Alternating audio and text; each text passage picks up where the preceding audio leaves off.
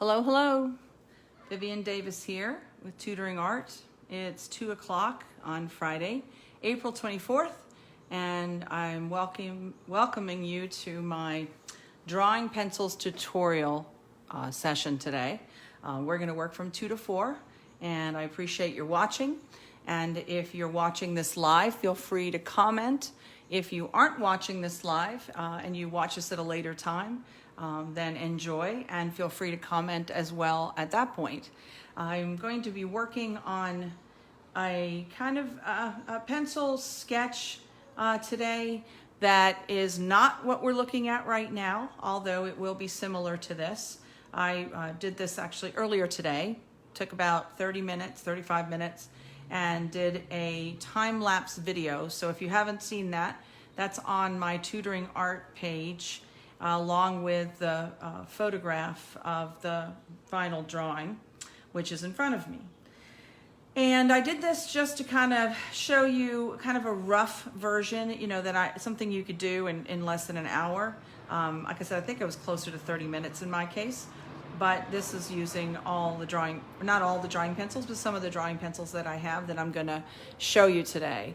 And so we're gonna start with talking about the materials, and then we are gonna proceed using a photograph that is on the discussion page of my event page for this video.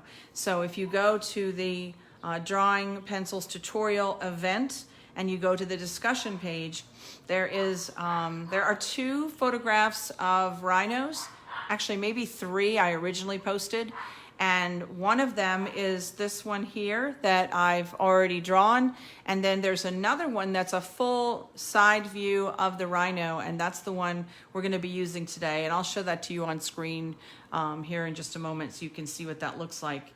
And so you'll need to either print that picture out to use as a photo reference, or you'll want to open a second screen on your computer if you're watching from the computer so that you can pull that up and then follow along. And then the other option is if you don't want to necessarily have to do the outline when you watch this at a later time, you can do a transfer of just what you would call contour drawing of this, and then work from there in if you think you can work a little faster that way. But the benefit of watching this after the fact is that even if I move ahead of you, you can go back and you can watch it anytime, and you can stop it and pause or take a break whenever you want to do so. Okay, so we're going to start with some basic information. So if you've done some drawing before, you've used drawing pencils before, this part might be repetitive for you, but it is crucial if you're first learning to use these to understand what they're about. So I'm going to go through some of that first, and then we'll go to the drawing aspect. So I'm going to scoot this aside here, and I'm going to show you the pencils that I'm using.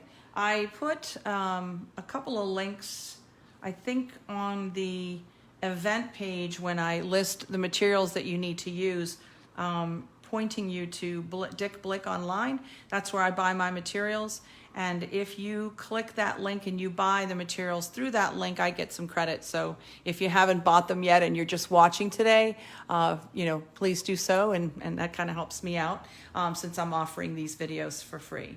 So the first thing I want you to notice is I'm actually just using a Blick Studio pencil. So that is probably the least expensive pencil they offer on their site. But they also, I'm not sure the pack that I posted, it might be a Generals or a different type now because I'm forgetting. But I bought these as a class pack. So I'm going to have a lot of pencils to show you, and you're going to have probably 4 or 5 of these to work with if you bought just a pack of drawing pencils. So the first one I'm holding here is a 6H, and I'll explain to you a little bit, and I'm going to show you on this piece of paper. So if you want to hello. I was gonna do a tongue twister there. If you would like to follow along, just grab a scrap piece of paper or something, or you can use your sketchbook. If you're keeping a sketchbook, that's great.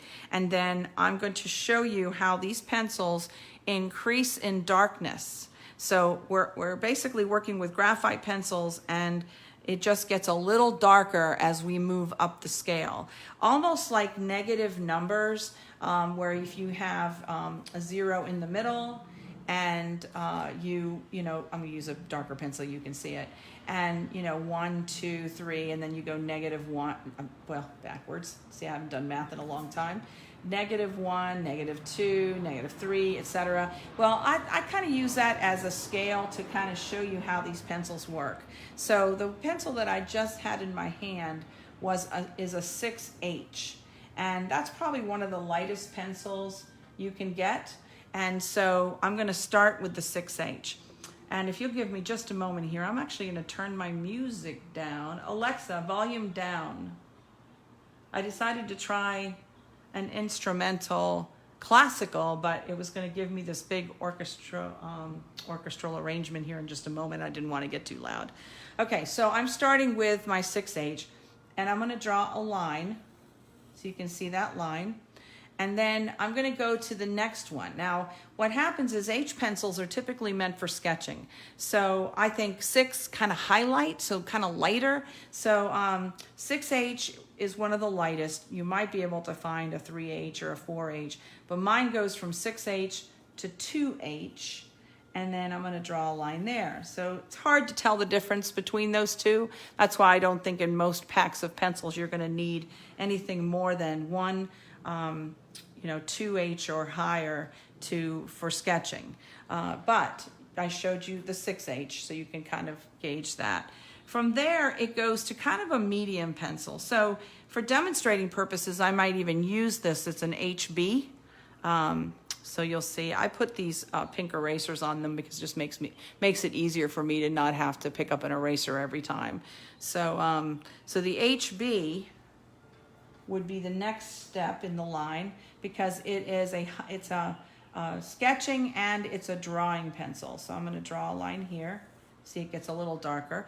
And you want to press down too hard when you try these pencils out, because otherwise, I mean, realistically, you could use a number 2 pencils and go lighter or darker. But this gives you the opportunity to just want to work lightly and just kind of build on your drawing without having to change the compression or how hard you're pushing down on the paper. Okay, so this one is a B pencil. So now you can see they're starting to get a little bit darker.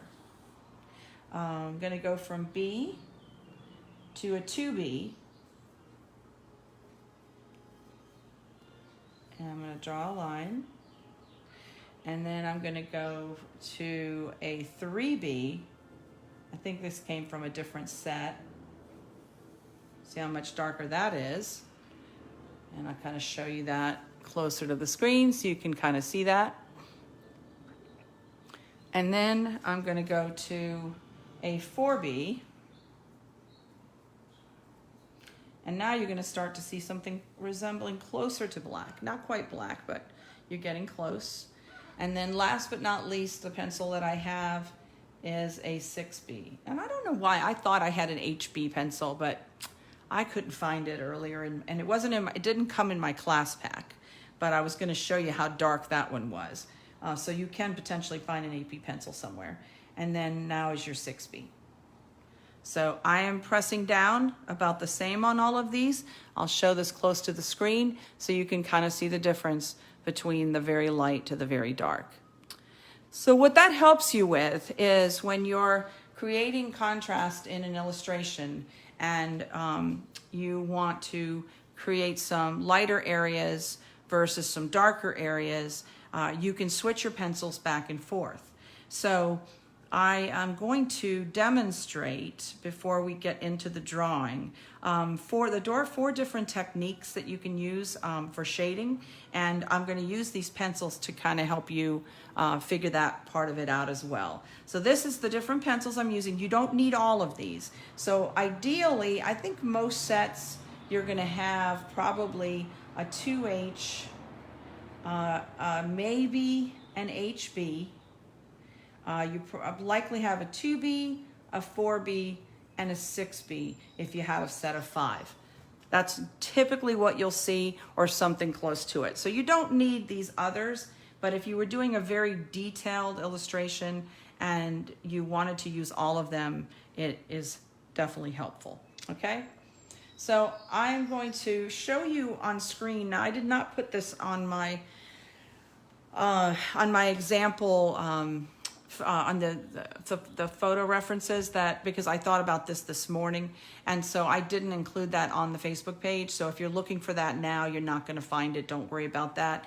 Basically, what I'm going to show you is I found an example of the 4 shading techniques for graphite. Okay, so your first one you'll see, and I'll enlarge it basically on the screen here so you can tell. The first one is hatching, and with hatching, you're going to use lines to do your shading, and you'll see that you're just using lines in one direction.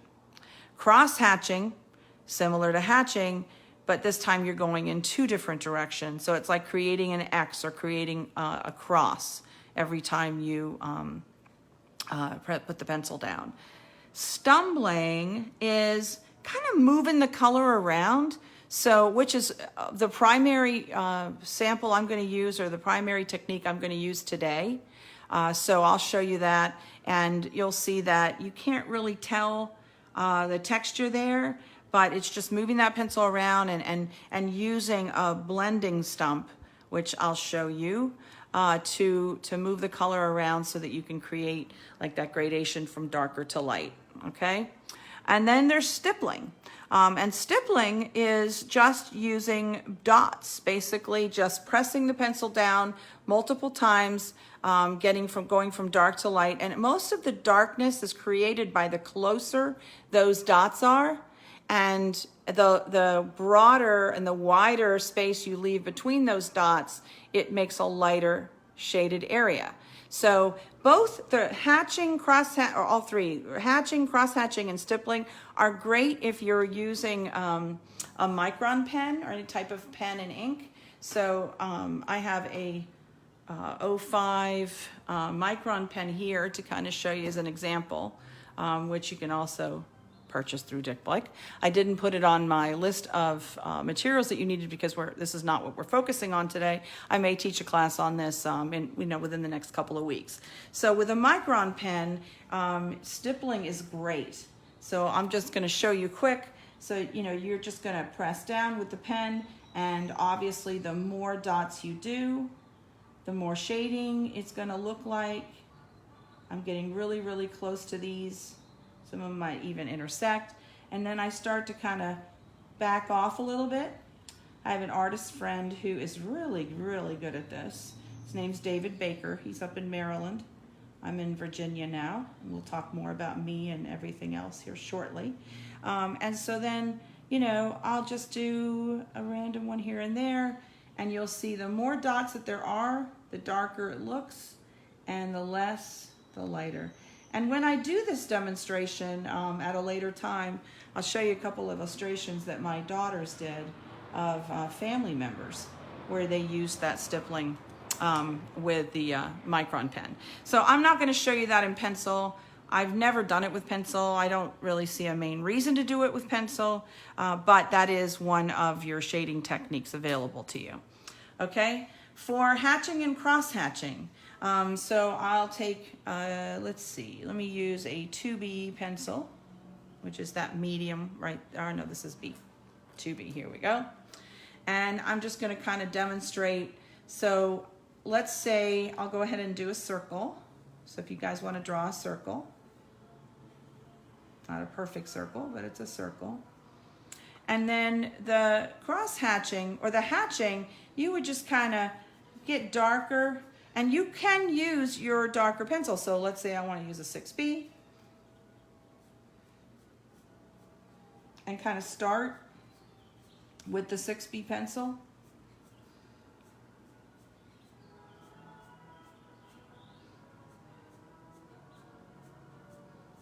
I don't know what Alexa's playing. I'm not sure if you can hear it, but it cracks me up. Pretty old music. I just wanted something in the background. Although if you don't hear the music, you might hear the birds chirping because I have the windows open. It's a nice day today. Okay, so now I can easily change back over to a lighter pencil, maybe to come up in here and extend some of those lines.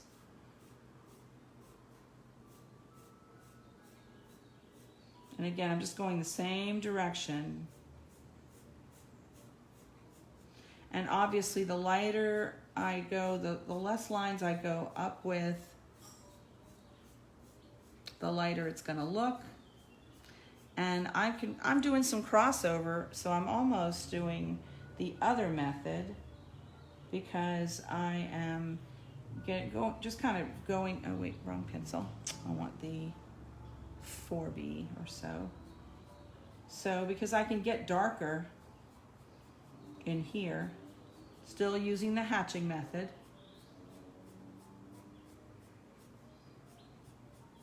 Then you'll see I'll create that shadow on that left side.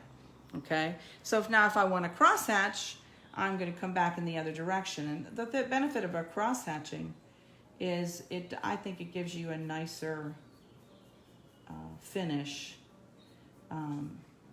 And if you decided that you wanted to just blend it all, I think it blends a little better than you're just hatching. So this is a blending stump. This one's kind of been used a few times and is a little flat on the end. This one is a little bit newer, so you'll see it has a point. It's also called a tortillon, and they are just basically cardboard that's been wrapped around itself. And what it allows you to do is to blend without using your fingers, which you're welcome to do if you prefer. I don't mind getting my fingers dirty in most cases. I think graphite's the only medium that it bothers me in. But now, even using this method, I can still blend this together and I get a nice even area.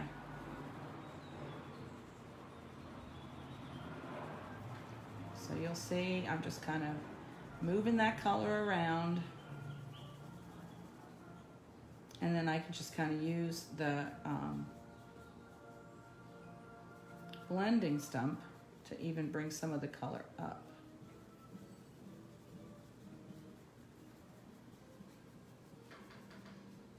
Okay, so there you go. Now I'm also not true to the hatching. I am moving my blending stump around because I kind of want to blend the lines together in this case. Okay. All right, so some of this technique, it also can help you with creating texture. Okay, I'm gonna move some up in here so I don't have a white area anymore. I just have a lighter area so you can see the difference. Now I use the 6B, 4B down at the end, and then I use the 2B up towards the top. Okay, and there's your little circle with a shade, with the shading, okay? So I'm gonna do this again, but this time I'm gonna show you with just the scumbling, which is, stumping, although I call it scumbling, but it's the same thing. And so I'm gonna show you, I think it's the same thing, at least it is for me. I'm gonna go to my screen, I'm looking at these on my screen, and I did post this photo. And this was a photo of, again, of a sphere. And it shows you the circle and creating more of a 3D shape now, so that you also have the shadow down here where this circle, this ball, let's say, maybe a ping pong ball, is sitting. And then over to the side, you'll see it's showing your different tones. So if I were to use the different pencils based on these tones, obviously on this side of the spectrum, other than white, which would just be your paper, you're talking about likely using your H pencils, maybe crossing over to B in here, or HB, and then obviously going to 2B, 3B, 4B, and then all the way to 6B or 8B for black. Okay, so that's how these pencils translate, is that you're gonna automatically just, if you're shading an area, you're just gonna shade with that pencil. You don't have to press down harder. You just press down your normal way, and then you're going to have these lighter colors with those H pencils, and then you're gonna have the darker color with the B pencils, okay? So I'll show you a real quick, I'm just gonna run through it real quick and then we're gonna go ahead and get started on our sketch. But since this is a drawing pencils tutorial and not just a drawing class, I wanted to demonstrate that for you. So I'm gonna use, make sure I got my pencils out of order. Let's see, let me grab my 2H. Not gonna worry about the 6H. In fact, I'm gonna put the 6H away because if I demonstrate with that, you're not gonna see very much on the screen. So I'm scooting this one away. If you have a 6H, not a 2H, that's fine, go ahead and use it. Okay, so same thing that I did earlier, but this time I'm gonna do it a little bit bigger, not too much bigger, just a little bit bigger so you guys can see it. I'm gonna draw a circle. Not too bad of a circle for a freehand, huh? Guess I've drawn them enough times. Okay, there's my pencil. There's my ping pong. Now, as I say that, I mess up this little edge right here. Okay, and then I'm gonna go ahead and draw a line because now we're doing a 3D object. I'm gonna make sure we can see it. The other thing you can hear in the background potentially is airplanes because we are not far from the Norfolk International Airport, but we're also near Navy bases. So we get a lot of airplanes flying over. Some of these big fighter planes fly over. We are also on the bay, so it's really interesting the sights and sounds that we get to see and hear. All right, so I have that. So if you've drawn that now, I'm gonna demonstrate using these pencils how to kind of create this. So assuming that in this photo that I posted, that hopefully you're looking at, in the center is where the light is, because the light's important. Where's the light coming from? So the light in this case is the center. So I'm not gonna touch the center. I'm gonna work around the center. And I'm probably gonna have a little bit more light over to maybe this area right here based on the photograph I'm looking at. So I'm not gonna put any color up there. So I'm starting with a 2H. So now I am not going to draw, I'm going to shade. So instead of drawing like I did with those lines, excuse me, I'm gonna use the side of my pencil. And I'm gonna come in here and I'm just going to, and 2H is pretty good for that. I'm just gonna kind of create a little circle area. Very important not to use your point. Okay, I'm gonna create a little circle area around the area that has light. So you probably can't see that too well. When I blend it, you will. Okay, so if you have a blending stump, and hopefully you do, you can grab that and then you can go ahead, test that out, test that theory out. Now when I blend, I'm gonna do it in a round, like in a round manner. So I don't want texture, I don't want lines. So I'm just gonna kind of roll it around.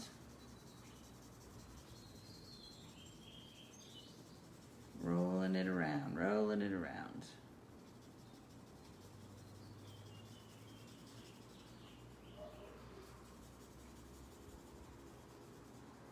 There we go.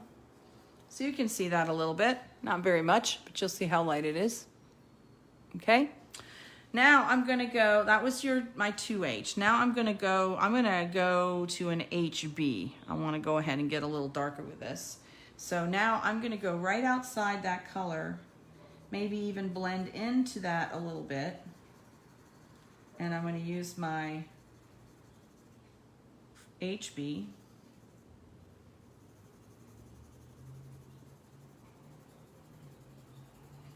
And I'm just gonna go a little bit around.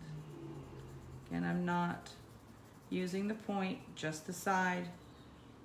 We are doing the stumping or scumbling. We're just kind of moving the color around. And then I'm gonna go ahead and grab my blending stump, okay? And I'm gonna go ahead and blend out on this. So I don't want to blend it into the area I just did just yet. I want to get most of it out here.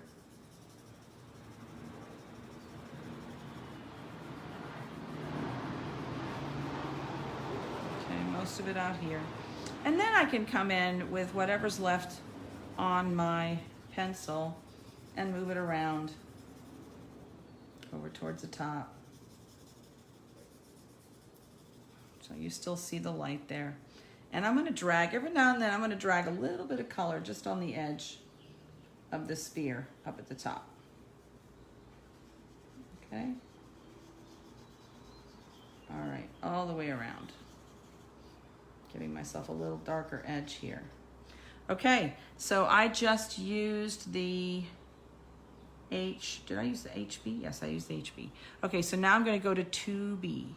So I'm going to grab my 2B pencil and I'm going to go ahead and do the same thing. And I'm just going to do a little bit right here. You can kind of see it better because it's darker. So I'm going to do a nice thin line, kind of like I'm creating a rainbow of a gray tones. Okay. And you don't have to blend it one after the other. You could theoretically, you know, just do your little lines of color and then blend it at the end. But I kind of like to gauge where I am. Sometimes I need to do more, and that way I just kind of go right back to it right then. So I'm going to go ahead and blend that. I'm using also the side of my blending stump. If you use the point too much, you end up losing your point, kind of like I did with this one. So when I'm blending color out like that, I use the side, and then when I want to make a mark, or I'm going down a line that I want to blend in, for example there, then I'll use the point. Okay? Go ahead and blending it down. And you'll see it's still pretty light. 2B doesn't give you enough darkness. So working with just a number 2 or a 2, which is a, you know, just writing pencil, or a 2B drawing pencil is typically not enough to get a lot of contrast. Okay. All right, but we are getting darker. Let's try the 4B and see where we're at with that. So I'm grabbing my 4B pencil. Like I said, I've put my pencils out of order, so I have to find it. 2B, B, here it is, right here. Okay. And if you have enough room and you want to, and you have a 3B and you want to try it, or you're using a 3B in place of it, that's absolutely fine. So I'm going to go all the way down on this. Now we're going to come back with the 6B and get a little darker, but I'm going to go ahead and use this one all the way down to the bottom. And I'm going to come up the side a tiny bit, okay, right on the edge, just right on the edge. You can see it's a little darker in the sphere, right along the edge. Okay, scoot this back.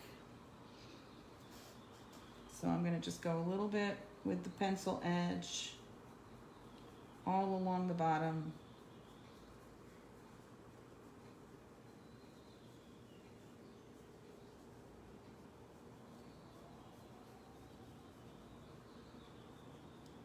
Okay, maybe even a little bit up the side here.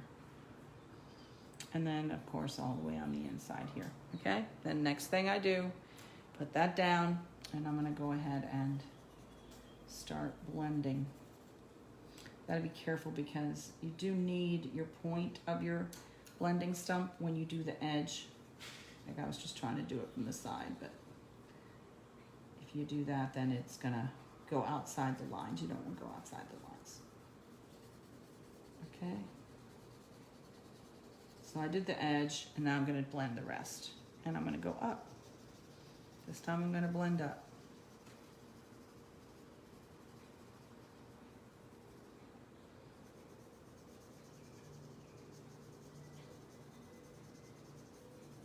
Okay. So far, so good. Hopefully you guys are doing all right. This is Facebook Live, so if you're watching at this at a later time, anything can happen. I am working from my kitchen counter. I have a little nook right outside, right off the kitchen, that I work in, and I also have a studio down in Norfolk at the Art Center, which is for all these videos why I tag the Art Center. I started to teach some classes for them. I will hopefully go back to teaching group classes when we are through this pandemic. And if you are in the area and would like to come take my class, I would love to see you. All right, now we're gonna do the 6B, okay? So the 6B, I'm gonna do a couple things. First of all, I'm gonna outline the bottom because we're gonna create a shadow beneath this sphere right here. So I'm gonna go ahead and outline, my cord keeps getting in the way, this sphere real quick. Does everybody see that okay? Okay, I figured I better turn it because sometimes I can't see real well what you guys can see because of the phone being on a tripod up higher than me. So I have to look every now and then, okay? So I'm gonna do that first.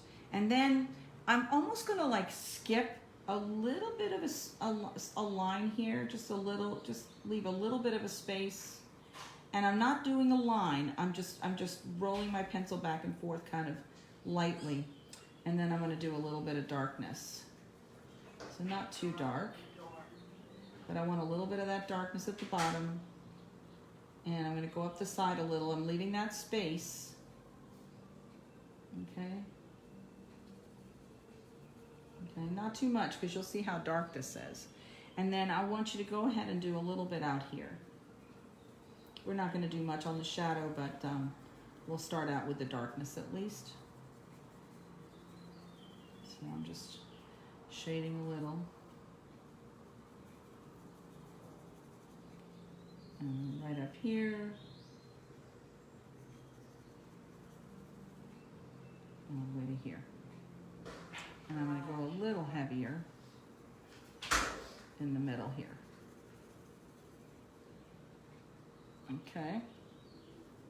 All right, and then take that blending stump. I'm going to start in the circle. And I'm going to blend it not to the end, but towards the middle. Start on that point where I started. Leave that little space.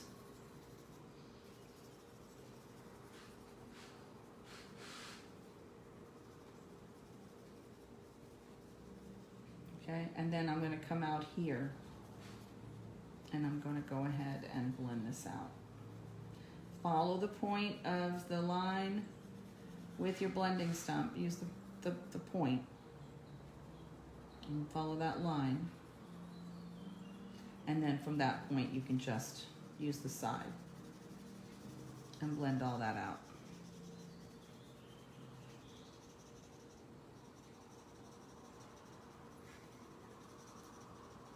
This is good practice for me too. I teach a lot of different mediums, and so I don't claim to be an expert at any, but I am pretty good at most.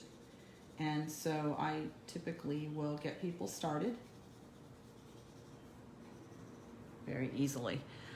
All right, and so then I'm just gonna go one other color. So maybe I'll switch to the HB.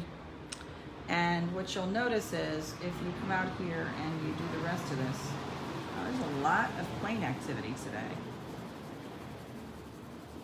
A lot of plane activity.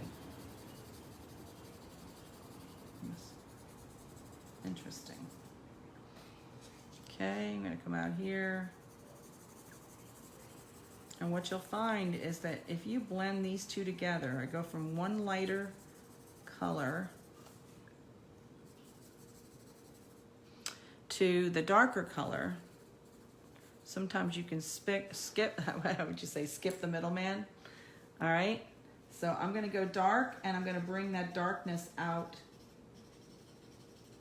Bring the darkness out a little and then blend it into this area first. As if you're painting, you just want to blend that color out.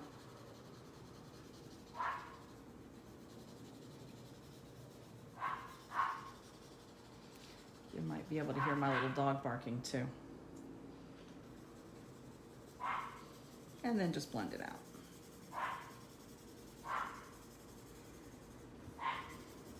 Okay, So now you can see, using the blending stump and the different shades of pencil, different tones, you can create that little gradation. And I skipped the middleman in this case, but you can do the opposite of what we did here and create that. And so there's my final. Okay, you know, you can come back up here and put a little bit of an edge towards the top to kind of finish it. And then I'm not touching this middle section at all because, again, that's where the highlight was. I could probably have gone a little heavier around here, but for demonstration purposes, it wasn't a big deal. Okay, so I could come in here and move some of this color out. And that's probably good. And there you have it. All right, so that's our first section of this tutorial. I'm going to go ahead and put this aside, and you want a fresh, clean piece of paper because we're going to go ahead and start the illustration part. It is, let's see, a little after 2:30, so we're doing good. So we're going to have a little bit less than an hour and a half to work on our drawing. So I'm going to go ahead and close this out, and I'm going to show you, those are my daughters on the screen. I'm going to show you this photo. This is the one that we're going to be using today to work from. But rather than the whole photo, I want you to crop it. So if you've printed this whole thing out, that's fine, don't worry. We're going to create kind of just a squared off section. So you can either edit the photograph if you have it on your computer, or if you have it printed out, then you're going to want to use this version. You're going to want to crop it to the point where you just see the start of his leg, and that's it. Okay? And if not, and you have a piece of paper, then fold it there. That way it's not in your visual sight. And then we're going to let this fade. So we're going to do something similar to what I did with my quickie demonstration from earlier that I showed you, but we're going to use a different photograph. Now this photograph, I also lightened just a little bit, just so that I could see more contrast.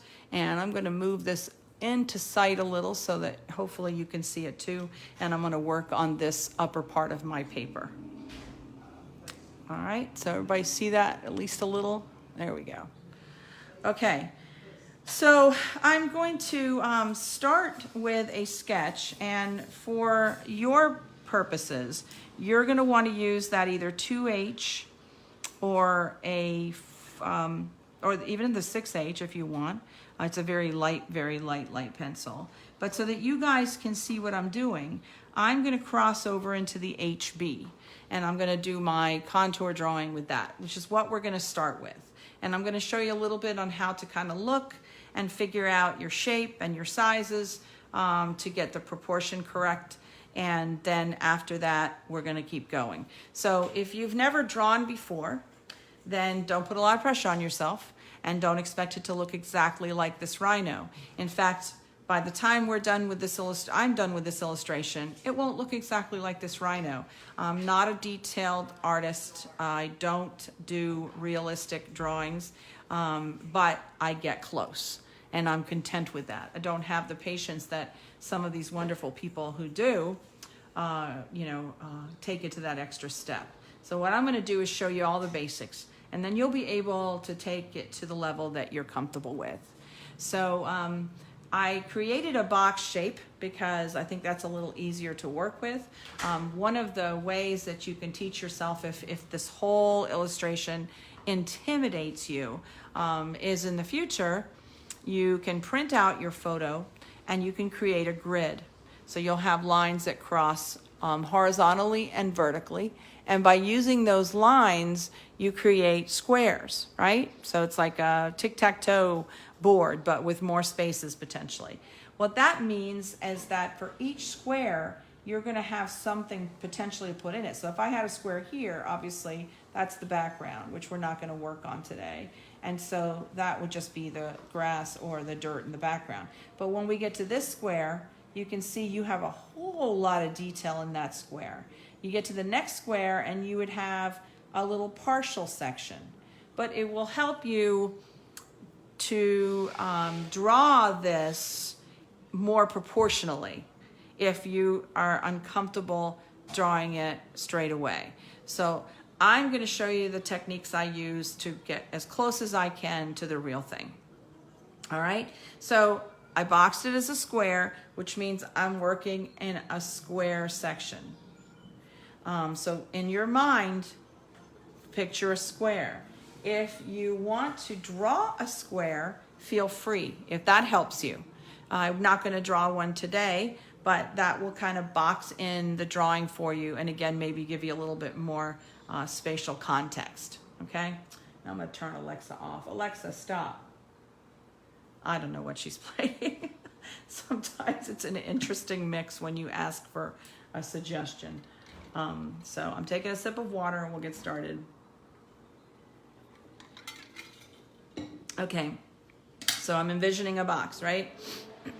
At the top of my box is going to be his upper part of his body up in here. And so I'm just going to draw a little line to get started here. In fact, I don't know if HB is going to be enough for you to see it. So let me go with 2B. Like I said, I recommend you use the lighter pencil. That's what I would normally do, but you won't be able to see it very well if I do. So I'm going to trust myself that I won't have as many mistakes. I'm also going to draw a little lighter, but even when I draw a little lighter, you'll be able to see it better. Okay, so I have a little space there. If I go a little further, I get the start of his ear.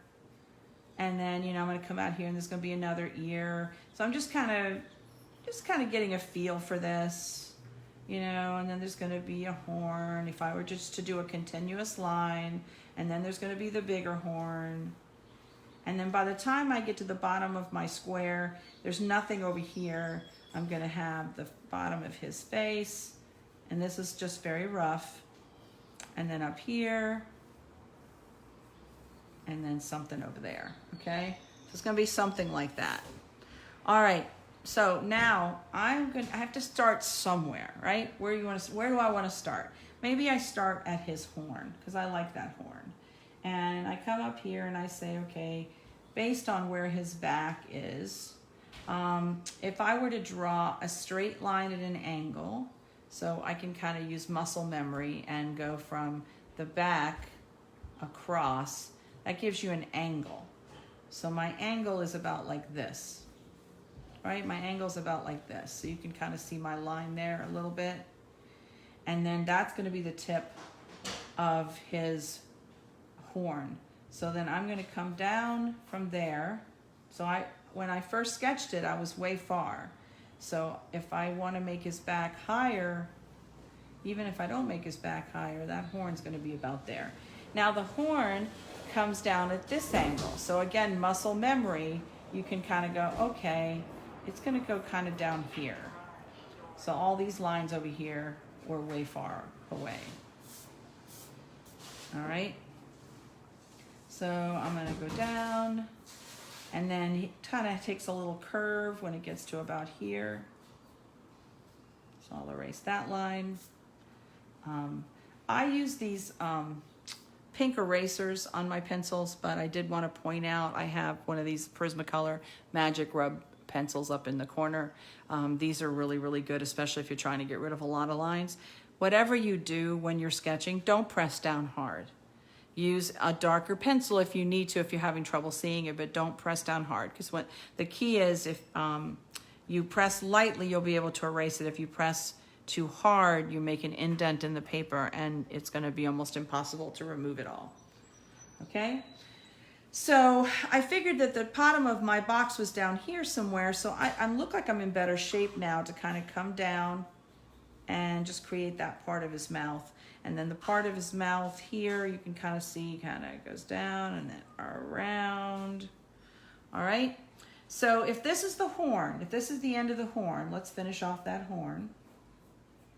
And again, muscle memory, just kind of, and follow the line on my screen here or on the piece of paper if you have it. And it comes almost, it doesn't go to a straight line, to a horizontal line, but it curves right into it. and then curves back up to create his head. So we're not doing this horn yet. So this part right here, if you can see that, and then goes back up, okay? But I'm not gonna do that part yet. So we should have this side of his horn where it kind of curves out, then comes down, then this part of his mouth comes down, and then back up. I'm doing kind of just the outside right now, and I can get rid of lines as I go that I don't need. Now I still don't want to make any lines permanent because I'm still sketching, okay? Now look at this shape. Look at the shape between this horn and this horn. It's kind of a V, but it's not a V with the point in the center. It's like, or maybe more like a letter U, right? But it just kind of comes down this way and then back up. That horn is almost straight up. Not quite straight up, but it's pretty close. So that's what again, muscle memory. I'm gonna come down and around, and then I'm gonna stop somewhere where the bottom would be. So if this is the bottom of his horn, and then I were to come out and do this line here, it probably would stop somewhere around here. Then I know, I'm gonna erase these other lines. Remember, I just kind of gave myself a little spatial recognition in my box. So about here, which means that then that horn would come up here, not as high as this one, probably, you know, just come down just a little. Okay, just a little bit shorter. And then I'm gonna come out, follow the line. Make sure you're constantly looking at your photograph. Do not guess. If you guys ever saw that commercial they used to have for Old Spice, and I don't know, they took it off the air pretty quick. I don't know why. It was entertaining.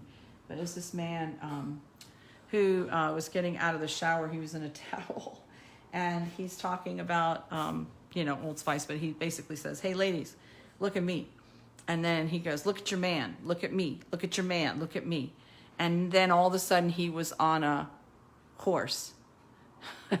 Well, there's no horse in this story, but look at the picture, look at your drawing, look at the picture, look at your drawing, look at the picture, look at your drawing, and you're likely going to draw the rhino much better, okay?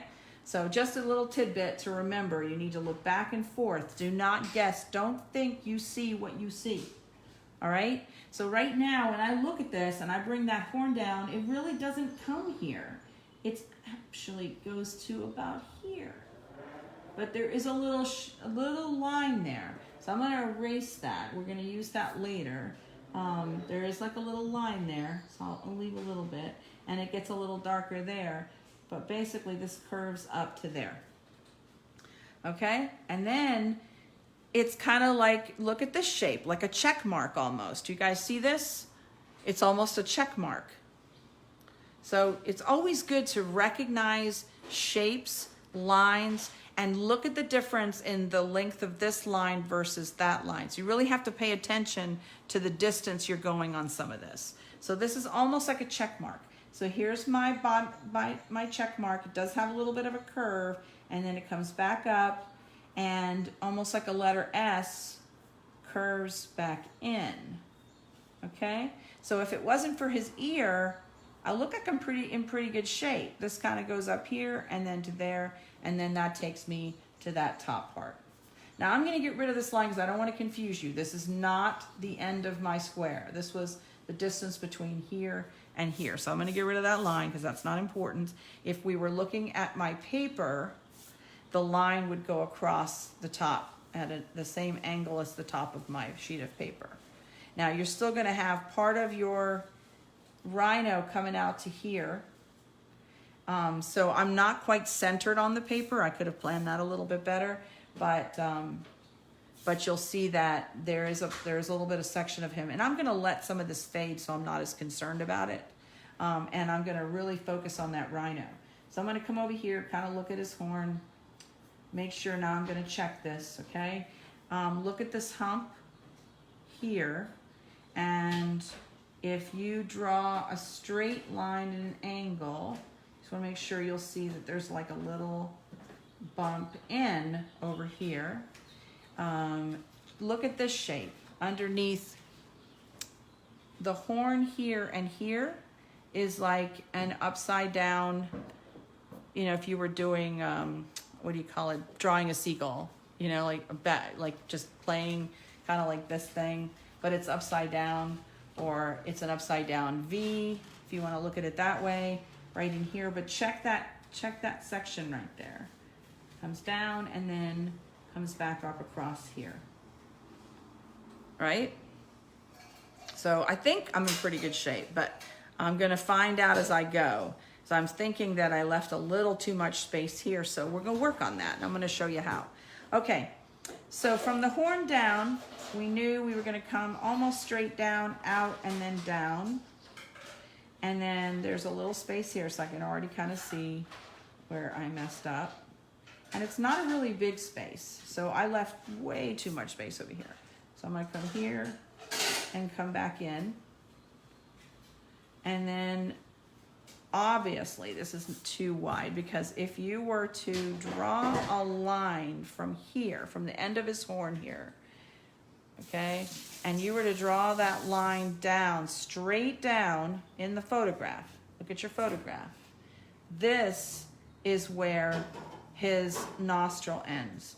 So I don't want to go much further than, that's probably the end of the nostril, right about there.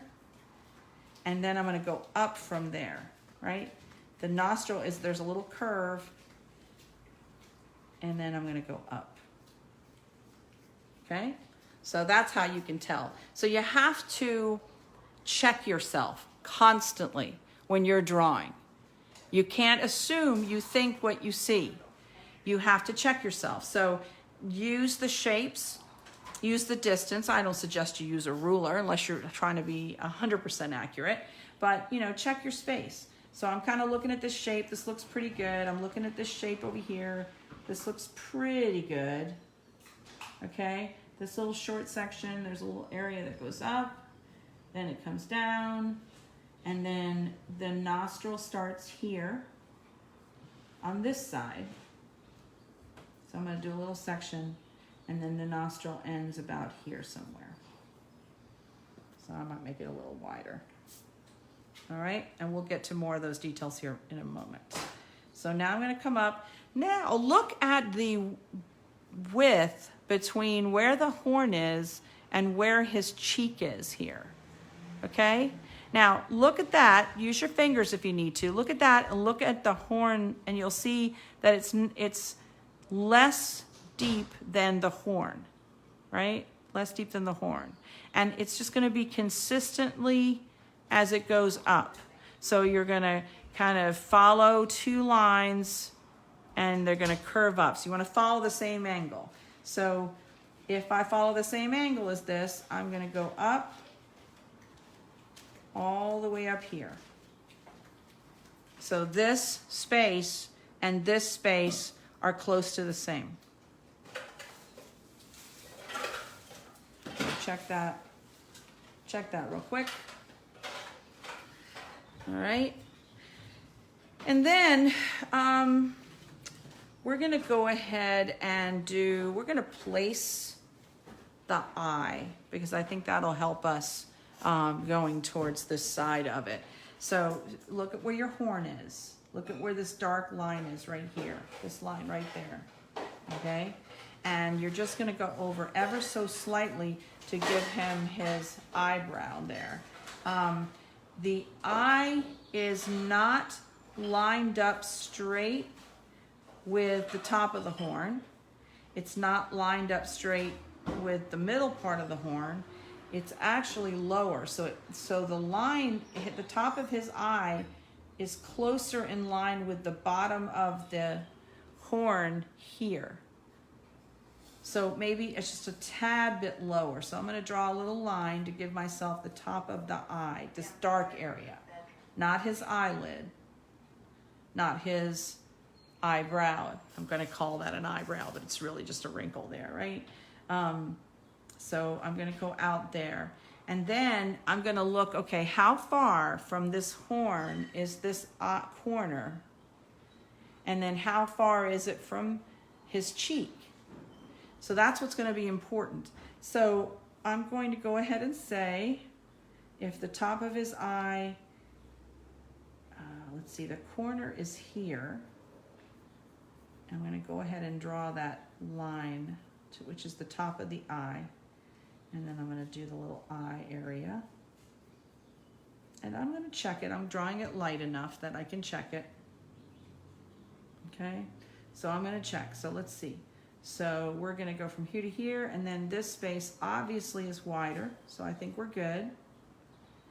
And I think I need to maybe curve that a little bit more.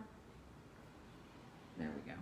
His eye might be a little bit bigger, but I like the bigger eye anyway. It's a very teeny tiny eye compared to the rest of him, right? It's amazing.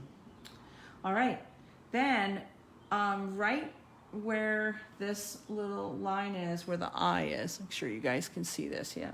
Where the eyeball is, right above that, figure that it's kind of like your eyelid. So I'm gonna come up a little bit and around, and just give myself a line there, which is going to be this line, but when we use our darker pencil and such, we'll kind of fill it in a little nicer. All right, and then I'm going to go ahead and get rid of this extra line I don't need, and an extra line here I don't need, and that's more or less where the eye is going to be. Okay, all right. If you want to go ahead and put a few of his wrinkles, just to kind of give you context on where you are, I'll do a few of this. This is kind of like a little wrinkle that kind of leads into another wrinkle, and then there's almost a smile beneath it kind of thing, and then there's kind of a line here. So you could do a few of those if you want. And then right above the eye, it's almost like he's got a little section here. I have to enlarge it to really see it really well. And then he's got a couple of wrinkles here, and then maybe one here, and then of course this one up top. Okay, so that's pretty close. All right, so far so good. If you want to check yourself again, you can kind of see underneath the horn, there are a few wrinkles. This wrinkle just happens to lead to a line that goes to these.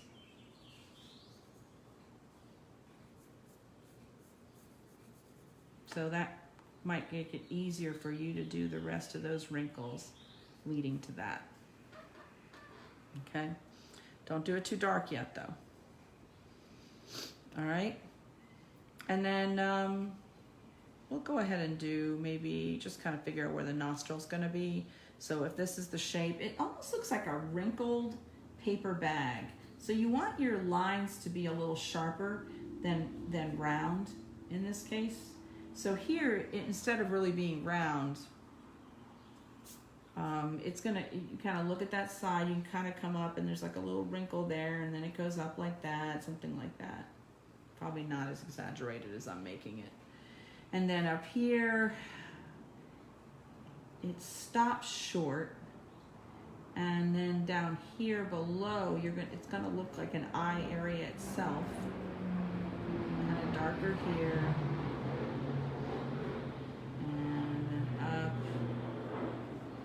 Something like that.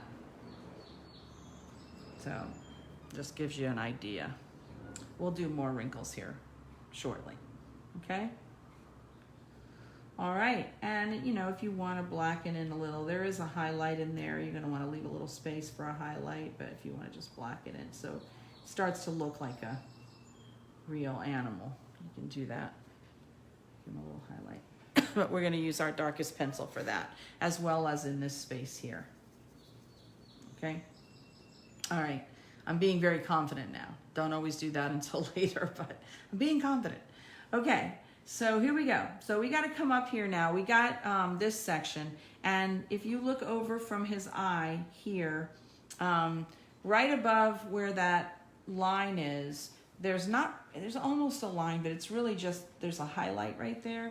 So, but it gives me a nice place to go, okay, here's where this is gonna lead, see how there's almost a little highlight that leads over here. So I'm gonna just use this line to kind of guide me, and I know there's gonna be several wrinkles on this part of his face. All right, and then that also shows me that I have enough space here. It's gonna be very dark. And then also look at the eye, where the eye is. You wanna drop down, maybe lower to maybe this wrinkle here, and then go across, and that'll be more or less where his neckline starts.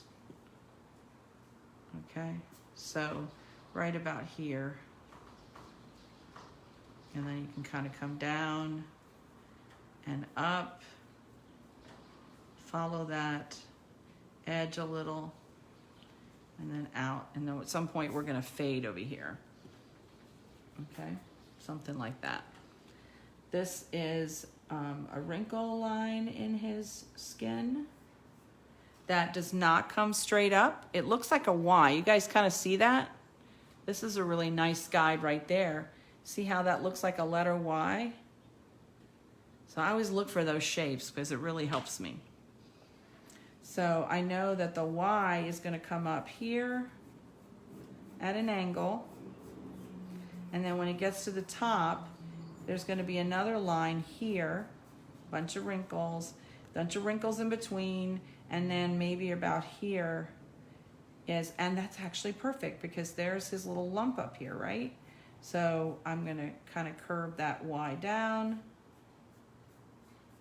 and then maybe down here is where I finish the Y with that darker line. And then it becomes a bunch of wrinkles, and we'll work on that here shortly. Okay, so this might come in prematurely, so kind of check that. Looks like a tree. Looks like a tree in there, doesn't it? Like in here, everybody see that?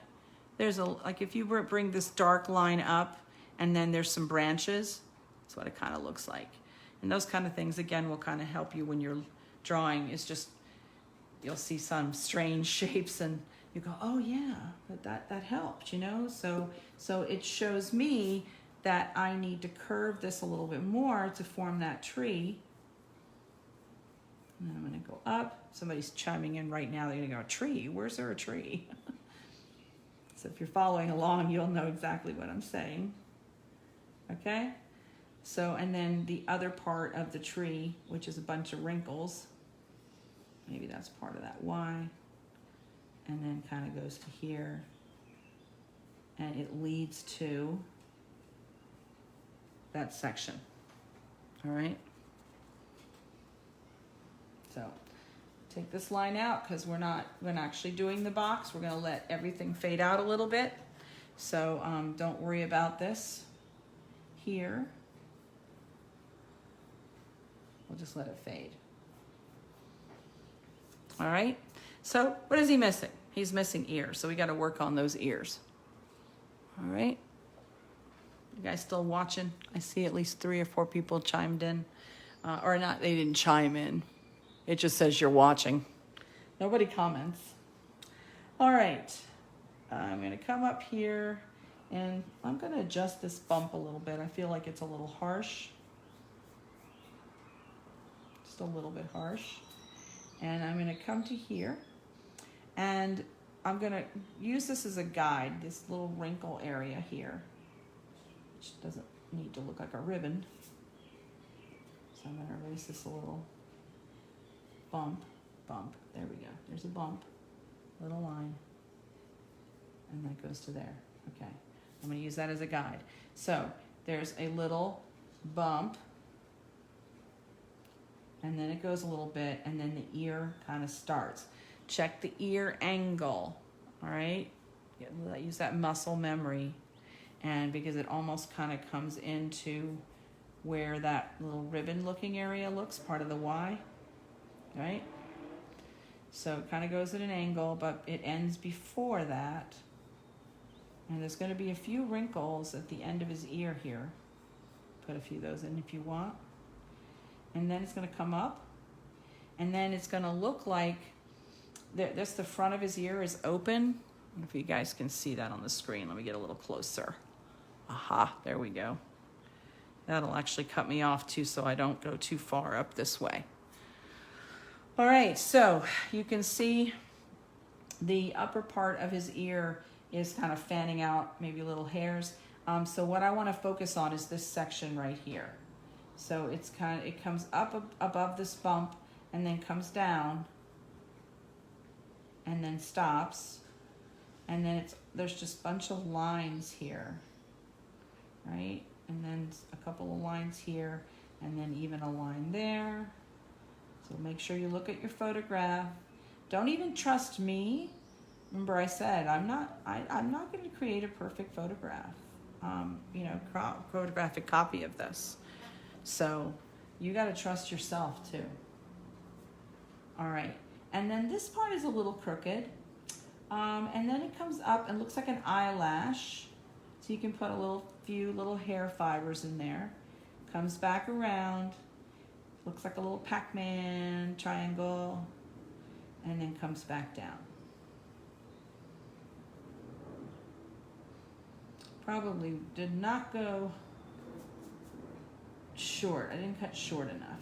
So I need to shorten it here. Make that opening. Come back here. Okay? And this area is going to be very dark. But there's like an area here that's not dark. So if you want to throw a little bit of darkness in there just to remind you that's the inside of the ear, you can do that now. We'll use the darker pencil later. Okay? And then that's one ear. So these lines are much darker than I'm doing them. I'm going to come back with a darker line. But this is what's going to lead me to the next ear. So the bottom of this ear should coincide just above the top of his head. So this little part that sticks out is right about there, and then this is about here.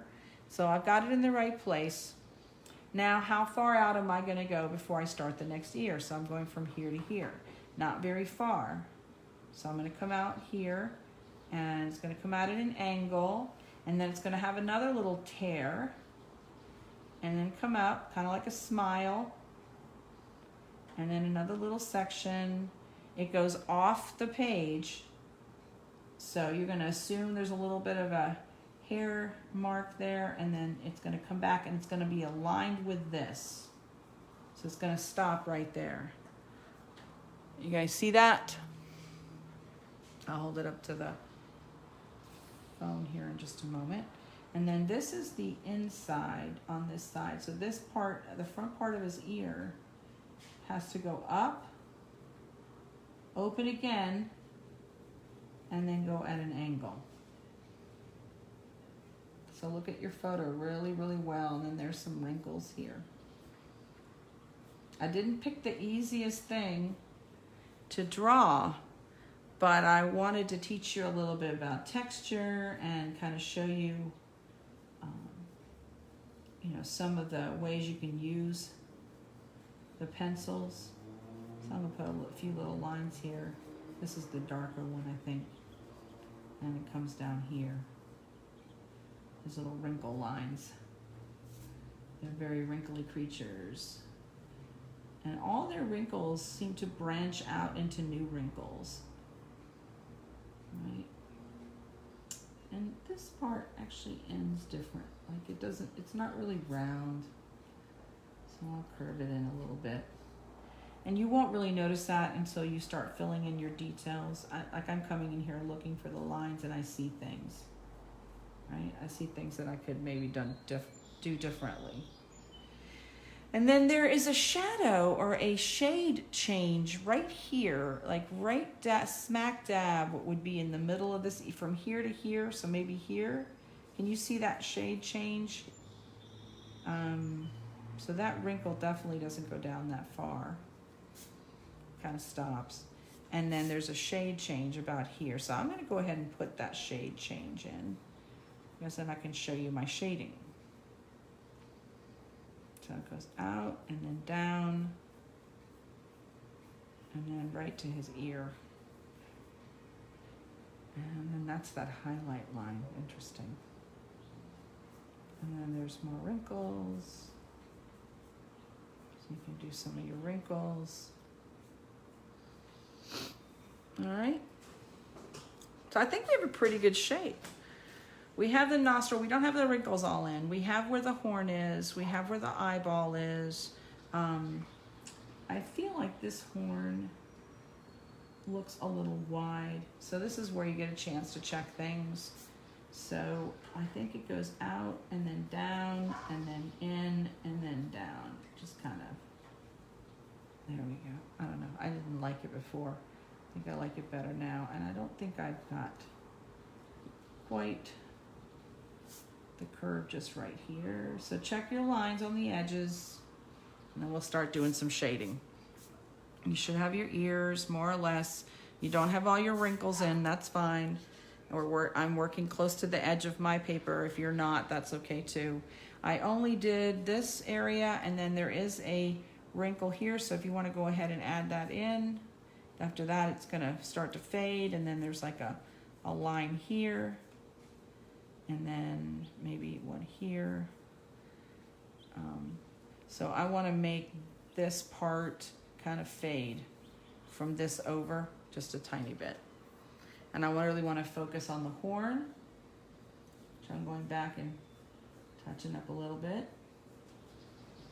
I want to focus on the horns. I want to focus on his wrinkles and the shade transitions there. All right. So if you need to see this better, I'm going to go ahead and scoot this up a little. I'm going to lift this up and let you see what I've done. Can you see that? Okay. So that's kind of a contour drawing there. Probably a few extra lines than you would need for a contour drawing, but it gives you a good start. And this is more or less what I would do, maybe a little rougher version if I were going to paint this. I would just kind of start with a contour drawing and then go from there. Okay. All right. I'm going to move this onto my paper again. And you guys should be looking at your sketch and making any adjustments that you think you might have missed or changed, need to change. That's what I'm doing as well.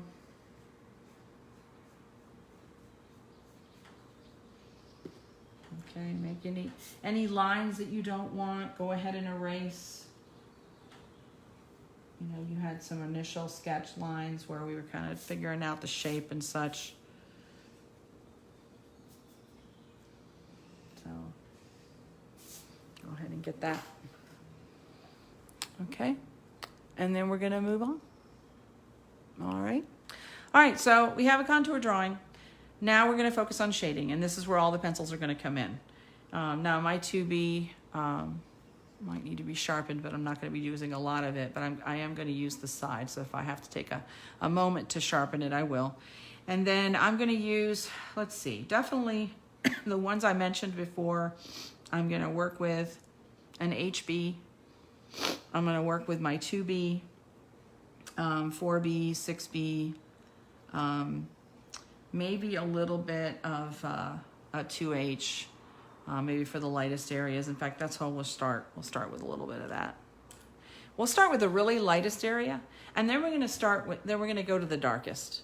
So just for today, we're going to go to the light, and then we're going to go to the dark, and then we're going to work in the middle. And that way you can kind of figure out in between which pencils you want to use. All right, taking a sip of water. Now let's get going. We have about 45 minutes. I don't suspect you're going to finish that drawing in 45 minutes. And this isn't intended to be a finished drawing. It is intended to show you technique I use. The tutorial that I did, the time lapse that I did was a very quick sketch. So that's not necessarily a good example of what we're doing because I'm going to try to be a little bit more detailed with this one. So we're going to work slowly. And we're going to work methodically, and we're going to work with our darks and lights and medium, shades, and so that way you get a good idea of how to use these pencils. And that's the point of this class today. At a later time, I'll post my final, and if you finish yours, whether it's during class or after, even if it's a rough version of it, it's not a problem. Just go ahead and post it in my event page. I don't think you can post on the comments. I was trying to figure that out earlier, but I can't figure it out for some reason. I don't know why it won't let me do photos. So, or you can email it to me at tutoringart@gmail.com. The ways to contact me are really easy. tutoringart@gmail.com. You can reach me at tutoringart on Instagram. You can reach me at tutoringart on Facebook. And my website, where I offer, you'll see a lot of the programs I offered, a lot of photos from sessions that I've done previously, and children's classes and adult classes, is tutoringart.com. And then I also have an artist page. If you kind of see want to see some of the crazy projects I've worked on, you'll have a good idea. And so feel free to visit any of those and send me a message if you have a question, or if you want to send me your photo. I would love to see pictures of some of the work people have done. So even your sphere, if you have a picture of your sphere and you want to share that with me, share that with me, okay? All right, let's move on. So I'm starting with my 2H, and so what I'm going to do is just, again, I'm going to go into the wrinkles, and even though they're going to be darker than this, you know, you may want to correct your wrinkles later, so I'm just going to kind of plan them out, and then from there I'll come back and I'll darken. That's why I said we'll start with the lighter first. So I'm going to start right underneath under the horn here, and under the horn you're going to see there's a line here, and then there's this little dark section which becomes wider, almost like a mustache. So I'm going to go ahead and shape that mustache. I must ask you a question. Haha. Okay, I'm not very funny, sorry. Okay, so I'm going to come down here, and there's almost like a Y, because his wrinkles are important. I kind of was real sketchy when I did my thing earlier today, which is perfectly acceptable. Just a different style. Okay, so a little wrinkle there. So I'm going to get as many of his real wrinkles as I can. And it's interesting. It looks like right in here, it just all kind of clusters. And then there's wrinkles that come out, like almost like little bumps on him. Little bumps. And we'll do some of the shading in there, which will help. But you can kind of create some of those little bumps. I just kind of look for them. And a little bump here, and a little bump here. And there's going to be a lot of darkness in there, okay? And then there's right at the top of his snout. I say snout, not a dog. Of his, where his nostril is. This kind of, I think this goes out a little further.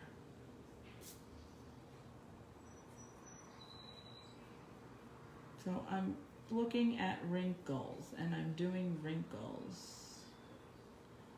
Then I can come back and make some of them darker.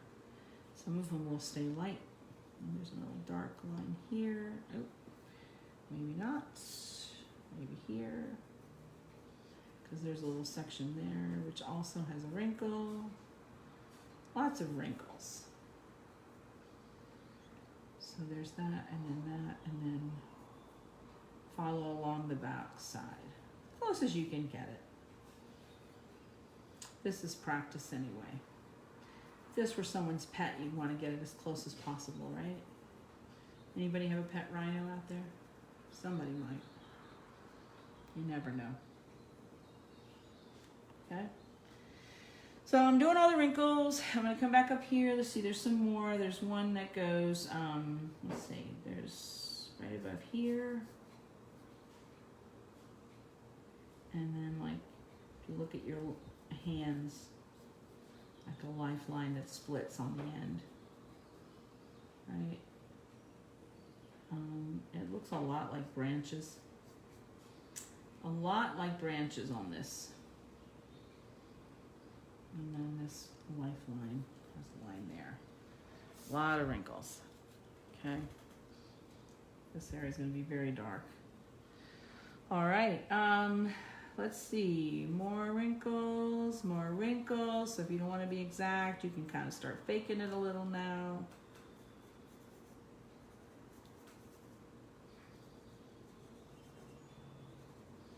It's like lines that lead to other lines that don't lead to those lines. But he's very wrinkly in here, and then those wrinkles lead to in here. There's a line that goes to his eye. This is probably a little higher than it needs to be, and a little darker than it needs to be, maybe. So like that, and then there's a line there. Some shade variation. Not as many wrinkles in here.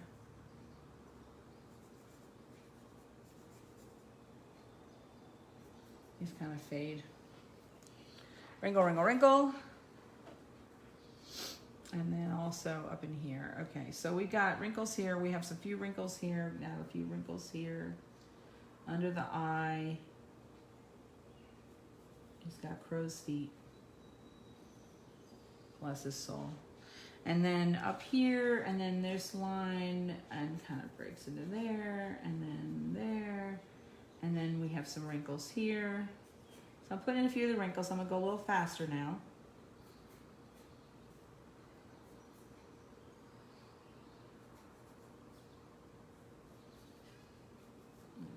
Faster. You can really see those wrinkles there. You can't see them as much over here. And then there's some here.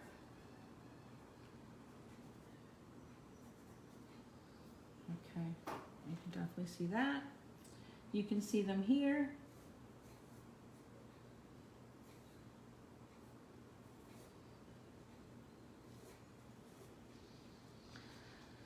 And there's not a whole lot up in here. There's just a lot of color variations, and so we're going to use this pencil here to do some shading momentarily. We'll work on those horns. And then I'm just going to do a few more wrinkles here where his this like little tree looking area is.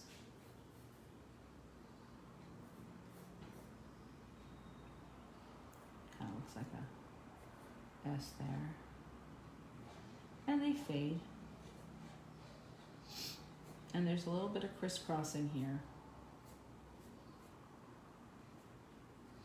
So you can kind of take a little artistic liberty now and then, just to get the point across that there's some crisscrossing.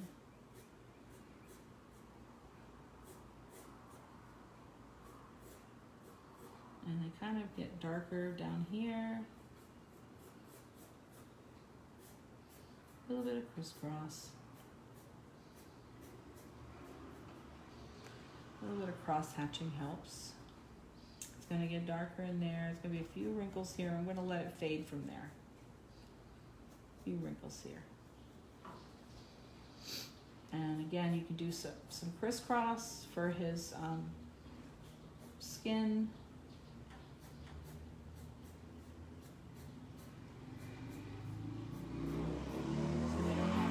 Every bit of those lines. It would take you a while. Okay, and we're gonna let this fade. This is gonna be really dark in here, so if you want to color it in for now to remind you. And it's gonna be very dark here.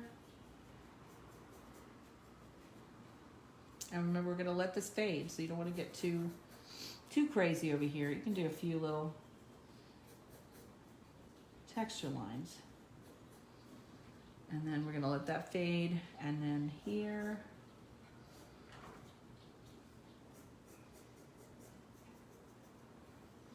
We're gonna let that fade.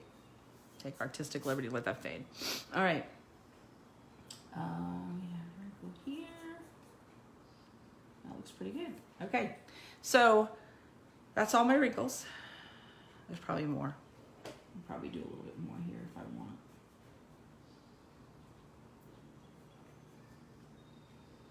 Not a whole lot going on there. All right, that sounds good. That looks good. All right, he's got a lot of like skin colorations. This is more of this is a black and white photo, so you can't really see his true color. The rhino we just saw at the Norfolk Zoo It was kind of a brownish color, and he wasn't as discolored. That's the other photo that I had shown you.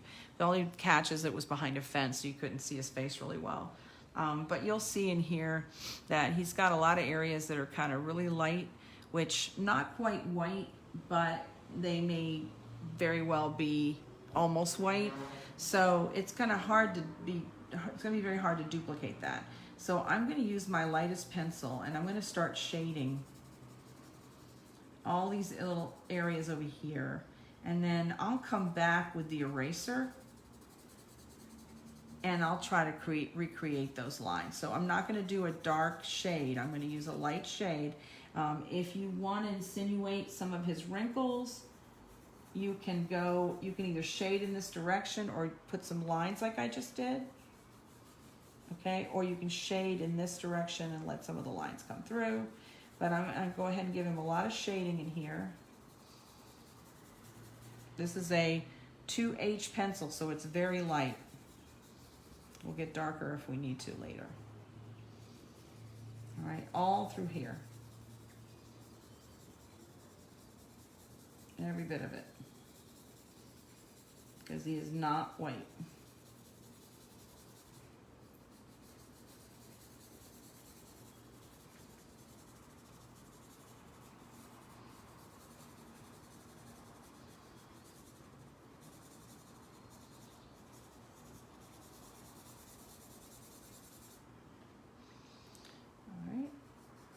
And you can also do his horn, because he's not white in his horn either. So normally I would turn my paper, but I'm just going to go ahead and do it from the side here so you guys can see. Okay, and here I'm just going to do all this. Every bit of it, very quickly.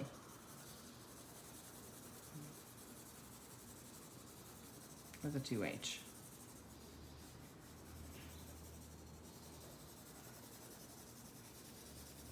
And then anything I want to highlight, I'll come back with my eraser.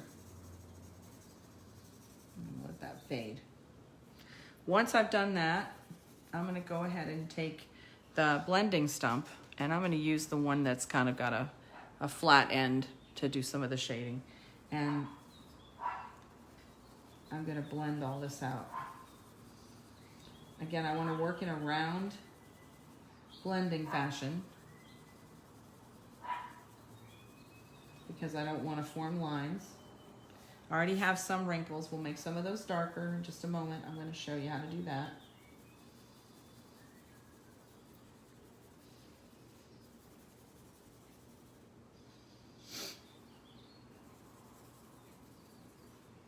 I think I'm going to use my other one. This one's a little bit more difficult to use.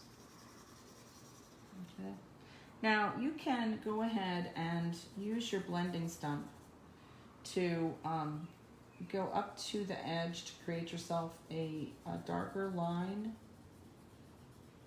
I don't want it to look like a line, so we'll work back in from there. So it looks more like an edge and not just a line.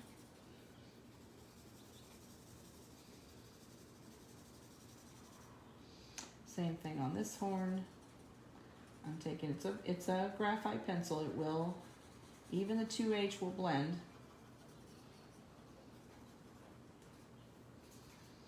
When you're all finished with your illustration, it is a good practice to have a fixative, some sort of an acrylic spray that you can spray over your drawing so it doesn't smear, because otherwise your hand can smear it.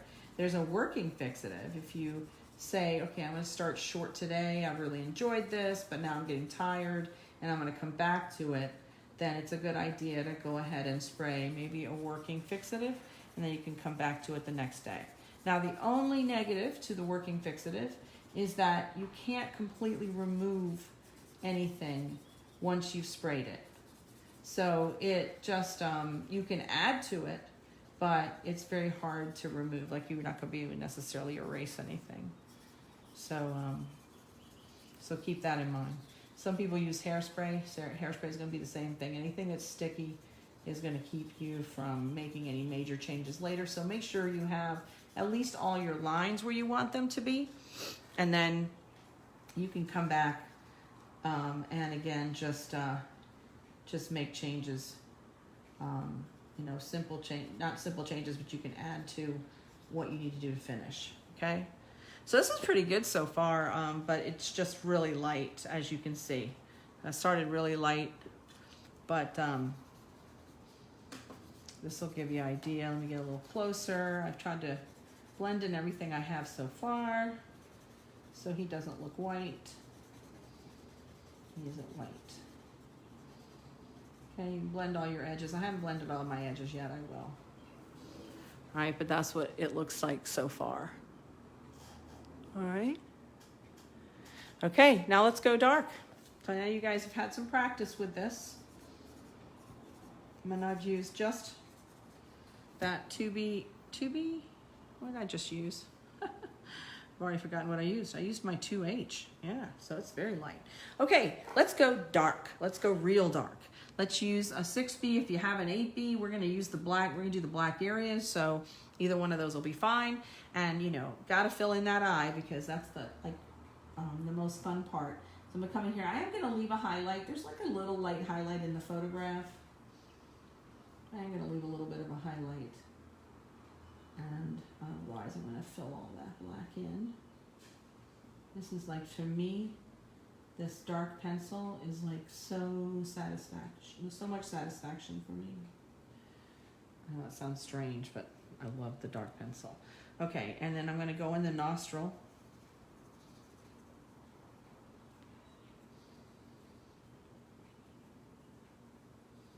So the pretty dark areas are gonna be easy to start with, right? So anywhere you see darkness, so let's start. I did the eye. Obviously, we're gonna go back to the ear, but I'm gonna start on this part of the face. Anywhere I see a black line, I'm gonna go ahead and do a black line. So that may also mean in the wrinkles, right?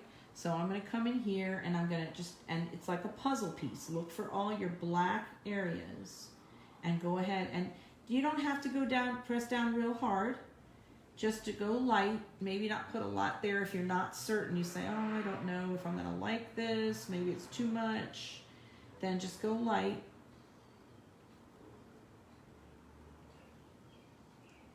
You're not gonna be able to erase it as well, obviously, because it's a black, dark pencil, but you might not go as dark.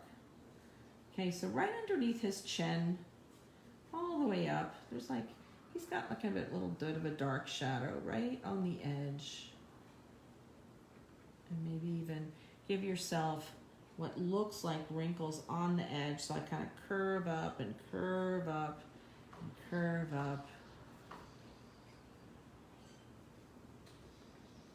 And then I'm gonna come in here and maybe again, go over some of the wrinkles that I did before, but now I can go over them faster because I'm more confident because they're in there already.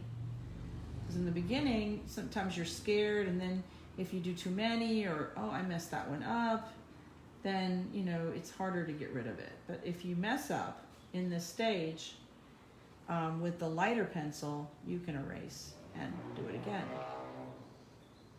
So I'm just gonna do some of the darker lines. And up in here is like that mustache. I'm gonna fill that area up, right? And then that line kind of fades and then gets darker again. Some of these lines are dark. Some of these wrinkles. Maybe dark in here. It's very dark down here. So you kind of have to figure out your way through it. Can't really see very well.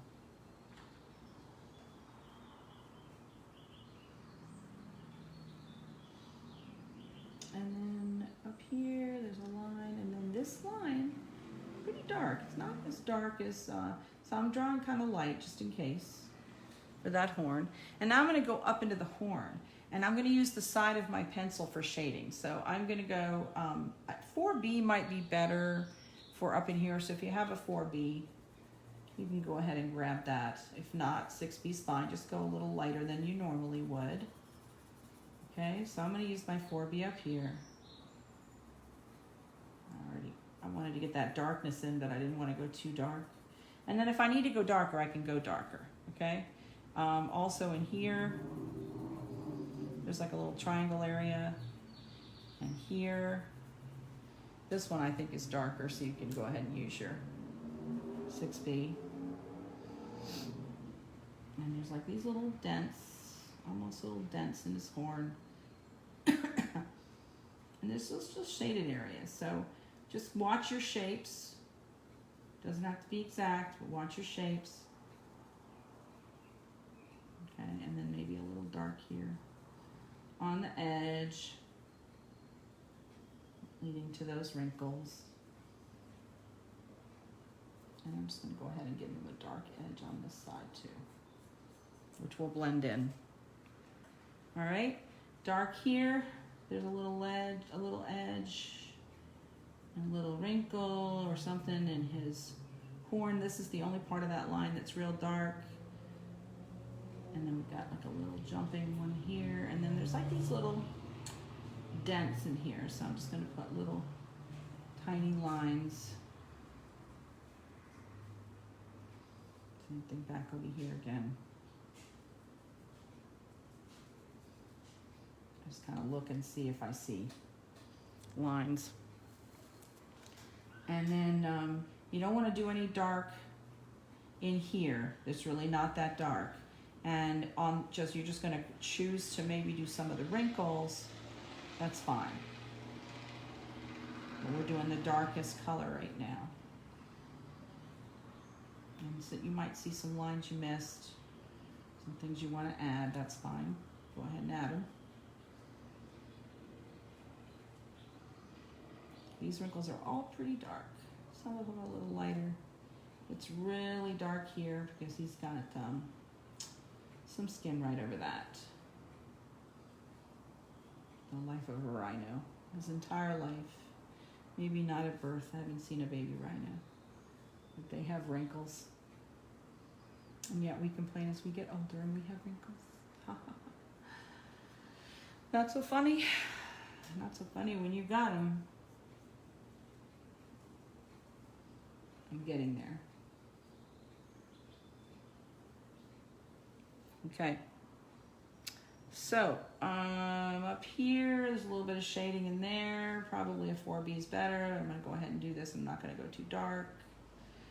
Then I'm going to come up in here.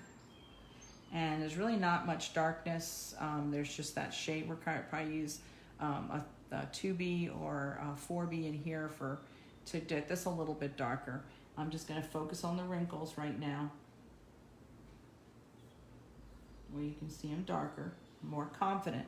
If you're confident, you know, I might have gone ahead and done this in the beginning, but I'm demonstrating. I want to show you that you don't have to be in a hurry when you're first doing this. Use your lighter lines, come back and fill them in darker later. That way, if you doubt yourself, you don't feel bad. Oh no, I messed this up. I shouldn't have gone so dark. Okay, start light, get darker. But I like going right back. I like to start with light and then go into the dark lines once I trust myself, because then it really starts to take life. You know, it starts to look alive, and you can see things better, I think, than when you're in that light sketch mode. So in here, there's some kind of dark shading, mostly on the inside of here. You can see where, because it's the inner part of his ear, and you can't see what, you know, coming off, so you can kind of fake it, kind of like, because you know you're going to have what looks like eyelashes over here, and they're definitely darker. And then there's this circle of darkness here for the inside of the ear, and we'll use that other lighter pencil.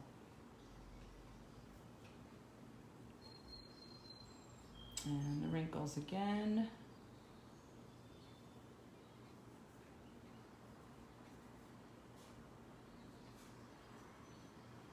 So when I teach these classes in person, it's just most of the time I'm not working on mine as much as I'm helping someone work on theirs.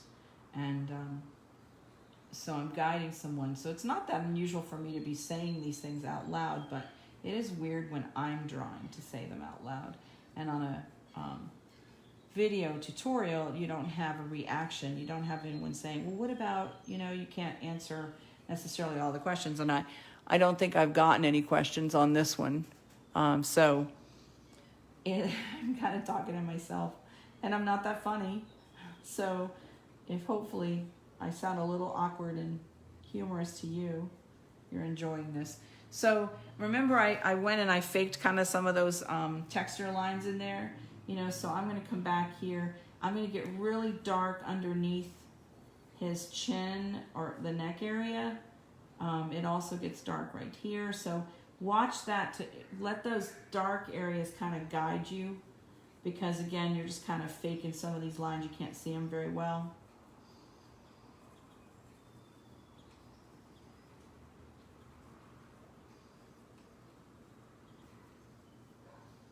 Okay, and then coming down here. I like to draw. I don't draw very often with pencil. Like I said, I just teach a lot of different mediums. This is really good practice for me, and it should be good practice for anyone that paints. I do some pyrography, which is wood, basically on wood, live edge wood, and this is really useful because I'm doing the same thing with a burner.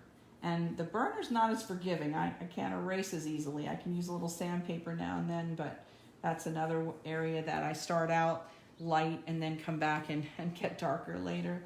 I have a lot less confidence with those lines because I'm using a hot tool and I can't really get rid of the deep burns that I do. But if you're interested in seeing some of that work, you can go on my Wood Art by Vivian page, which there is a link on my Tutoring Art page for it too. So you can check some of that out. That's where I tend to do more illustration. I like to do portraits on wood. I do pet portraits, you know, a lot of different things. But I love live edge wood, so I'll do a variety. There might be some flowers and animals, dragons that don't really exist, but I love dragons. Okay, fake those lines.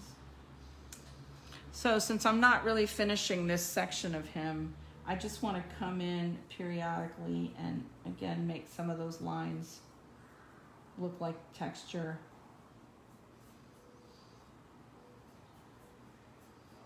And this is the dark pencil, so you have to remember not to go too dark anyway. Now, right in here is dark. Right in here, there's some dark, and then I was going to let it fade anyway.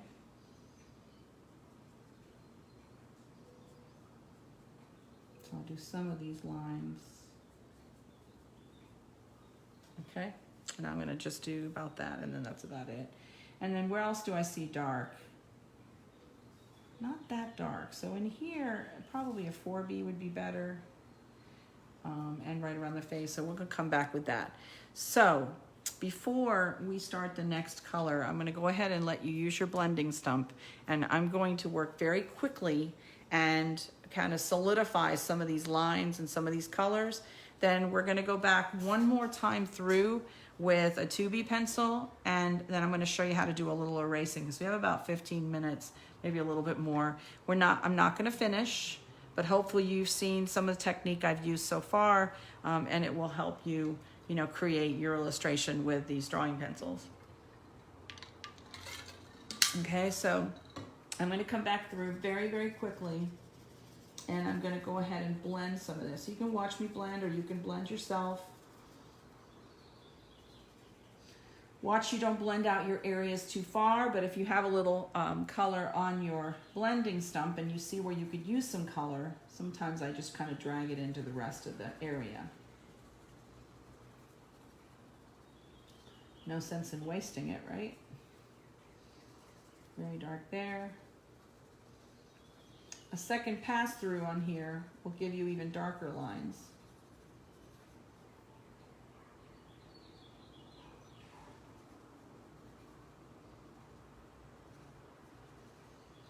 right in here is very dark, so I might rub some of that in.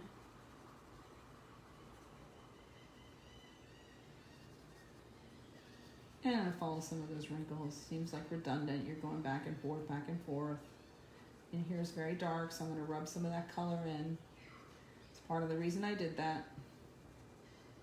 The line should be darker than the color you're rubbing in anyway. Rub in there. Rub in the eye, since I'm thinking about it. And then there's a little bit of shading underneath his eye, so I'm going to use what's on my pencil. A little bit of darkness. Again, here, same thing. If I see darkness, I'm going to go ahead and take advantage of it. Kind of rub in what I already have. This area needs a lot darker. Gonna rub some of that color out. It's like I said earlier, you know, you can skip the middleman sometimes, kind of use what you have. I'll still come back with my 2B or my 4B, but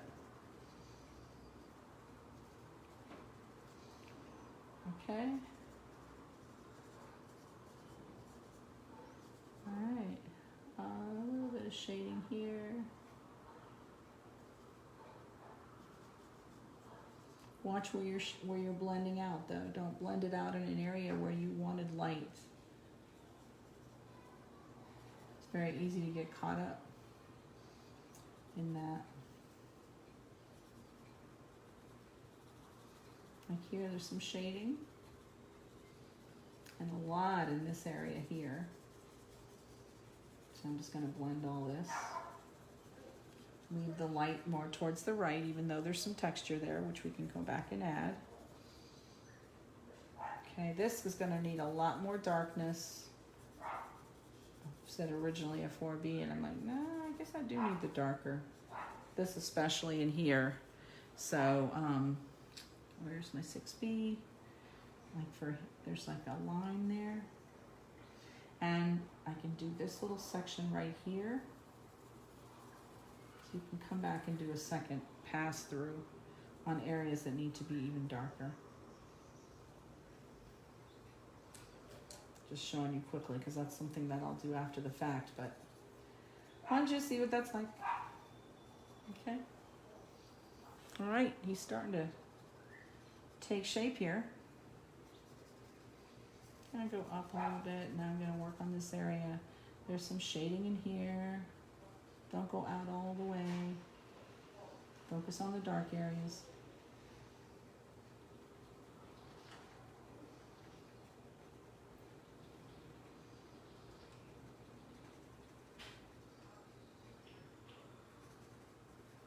And there's some shading I can do in here.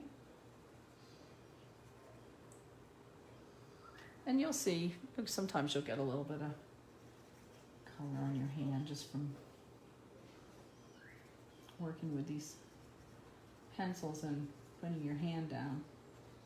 Some people will lay, another piece of paper on the areas when like they're focused on an area. So they might take a piece of paper and lay it over the section, for example, and that way they don't smear anything. So that's another little tip you can use when you're drawing. I'm a little lazy, so I just kind of go with it.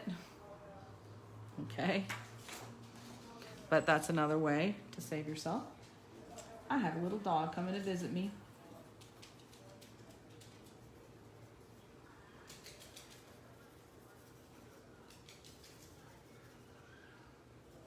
Okay. Little shading there. And remember, we're going to fade this out.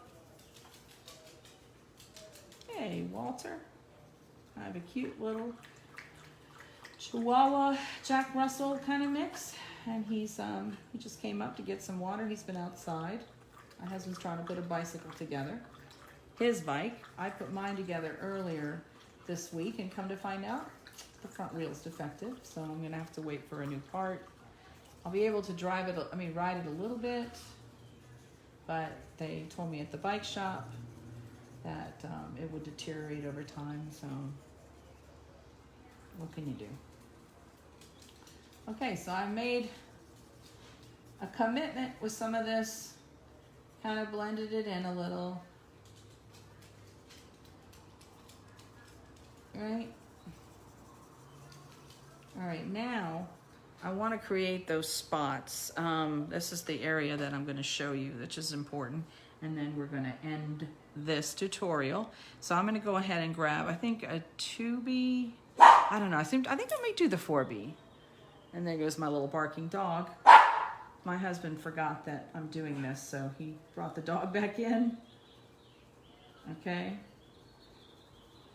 So forgive me for having the dog barking. All right, so I'm just going to do this whole area darker, I should say. He's also got a lot of darkness here. Yeah, he hears my husband talking, so thankfully we're almost done. Okay, so I'm going to show you this real quick, then we'll wrap it up.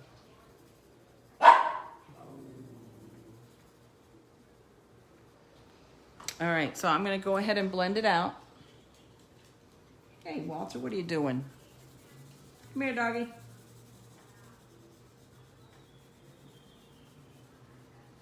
Okay, blend it all out, blend it all out, blend it all out. There's some more that I can do in there. I just kind of want to show you this initial part. So it's dark enough now, I think. I might go a little darker, but I think this is a good start. And so this is a little trick. So rather than trying to go around the areas that are going to be light, I just blend it all out. Blend it all out, blend it all out. And there's another reason I love these little pink erasers. So you can use the end of this, or you can use the corner of one of these, which is actually probably better, but I'll do both and I'll show you. So I'm going to come in here and I'm going to erase out those lighter areas. Okay? Erase instead of trying to guess. I'm going to erase.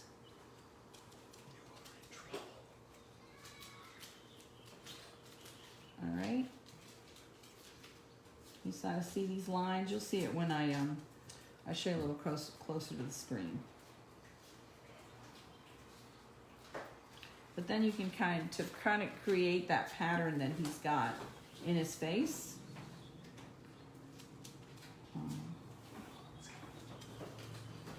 And so that's with the pink. And then if I come back and I want to try it again, you have to just have a really, really pointy end to do it.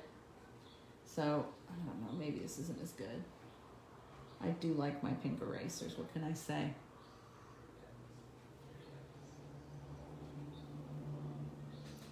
All right. Now, that doesn't mean you can't come back in with the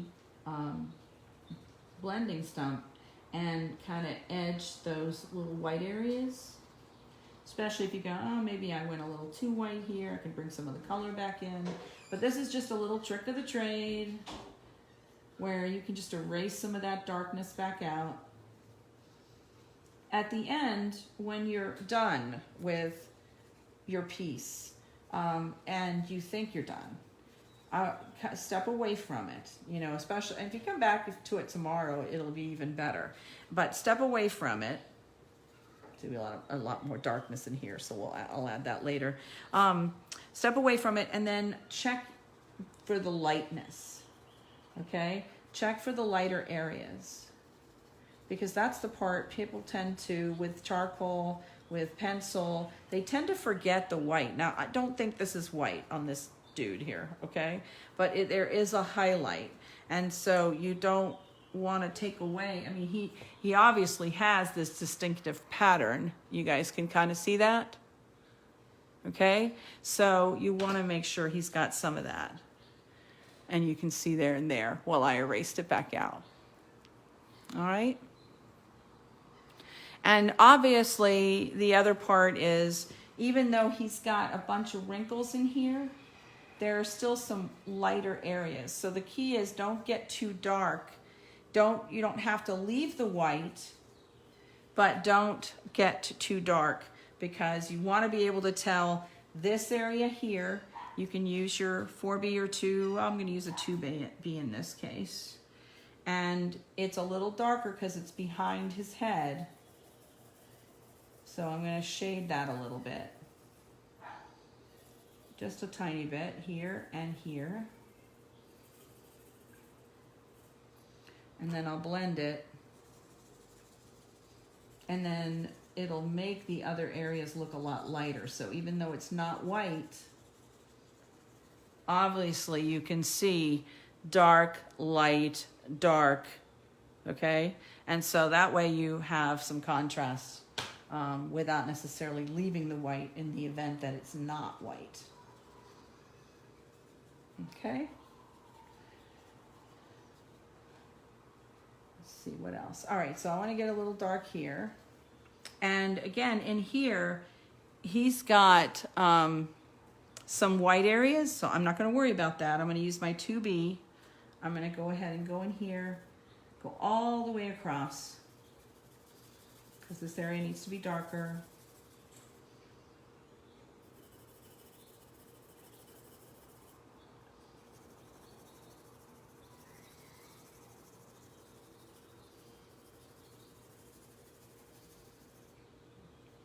Use my blending stump.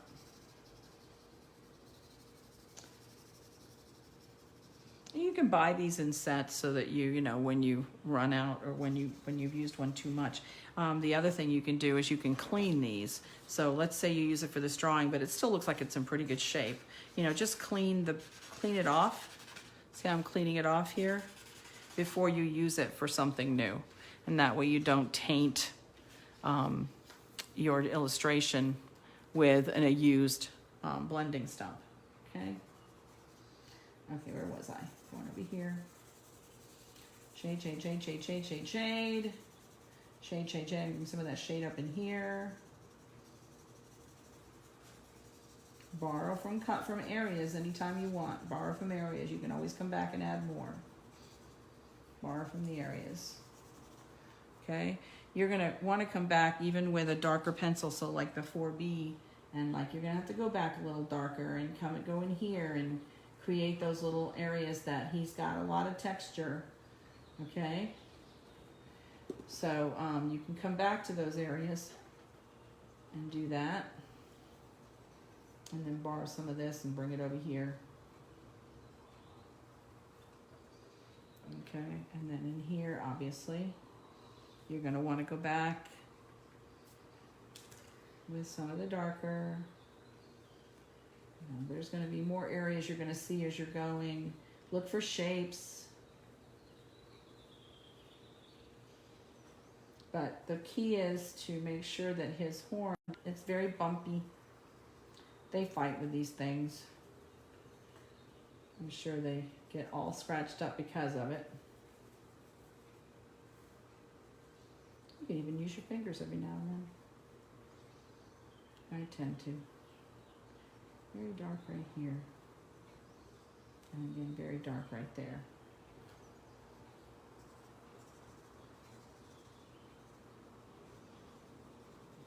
But there is no white here. So I'm going to rub some of that color up in here. It's lighter, but it's not white. Right? Lighter, but not white.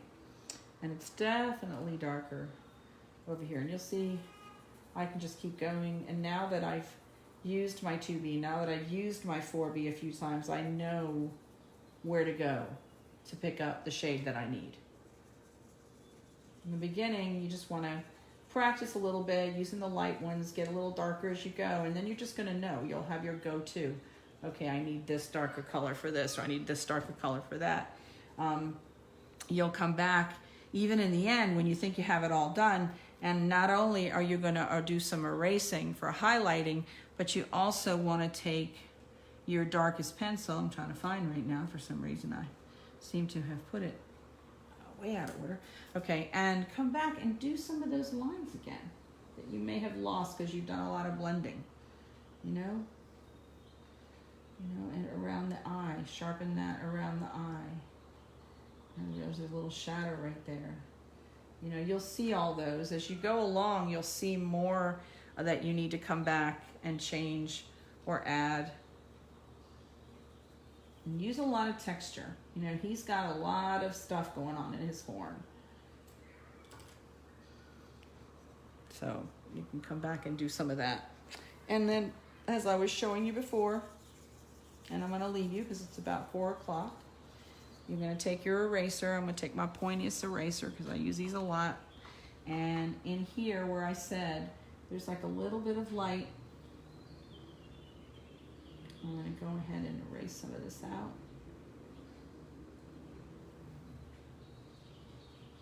And these like little lines where it's been scratched, or maybe that's part of the pattern. I don't know. I don't hang around rhinos too much. There's some pretty ones at the Norfolk Zoo. Norfolk Zoo is awesome.